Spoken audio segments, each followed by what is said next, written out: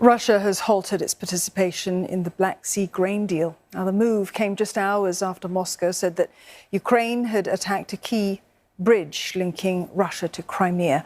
The Kremlin denies any link between the two. Instead, it stressed that President Vladimir Putin's displeasure with the terms of the deal. Фактически черноморские договоренности прекратили свое действие сегодня. Как сказал уже ранее президент Российской Федерации, истекает срок 17 июля. К сожалению, часть, касающаяся России, этой черноморских договоренностей, не выполнена до сих пор. Поэтому ее действие прекращается. Как только российская часть договоренности будет выполнена, российская страна вернется к реализации этой сделки. Незамедлительно. Dasha Chernyshova joins us live now from Moscow for more on this story. Dasha, there's lots of concern because this deal was instrumental in moving that grain. How is this suspension going to affect the global food supply?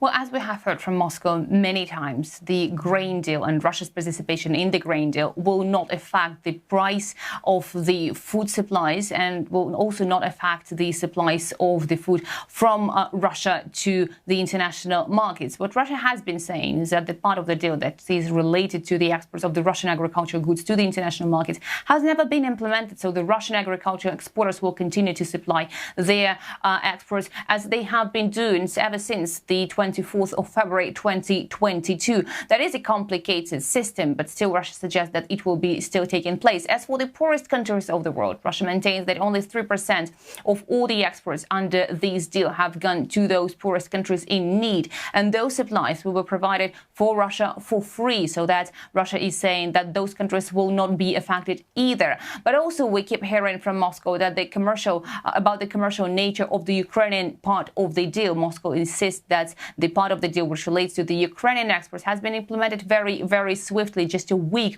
after the arrangement has been agreed upon in 2022. With regard to that, Moscow says it can no longer guarantee the safety of navigation in the northwestern part of the Black Sea, with Russian Foreign Ministry saying that it is revoking security guarantees for the navigation and closes the maritime humanitarian corridor in the northwest Black Sea. Moscow is also saying that it is reintroducing the regime of the temporary dangerous area in that part of the Black Sea, and the coordination center that has been set for the functioning of this deal in Istanbul will be disbanded. So definitely Moscow is now sending a very strong signal that its demands have to be met. Unless they are, Moscow is not happy with the promises. It's sending a strong signal, Dasha, but it also has certain demands to revive that deal. Can you spell out to us what they are?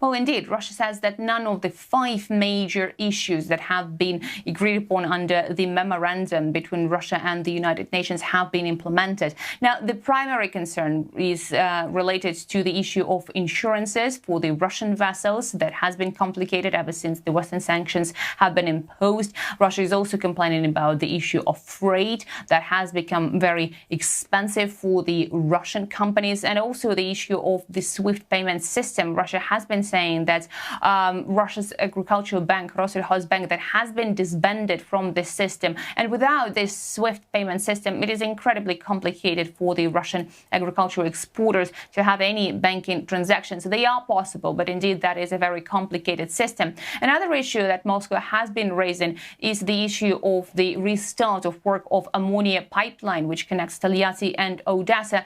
And with regard to that, Moscow says the section of this pipeline has been exploded by the Ukrainian special services. That's according to Moscow, of course. So Moscow insists that none of those issues has been resolved. But should the progress be made on any of them, then Russia certainly would be willing to reconsider its position and then to join back the Black Sea Grain Initiative.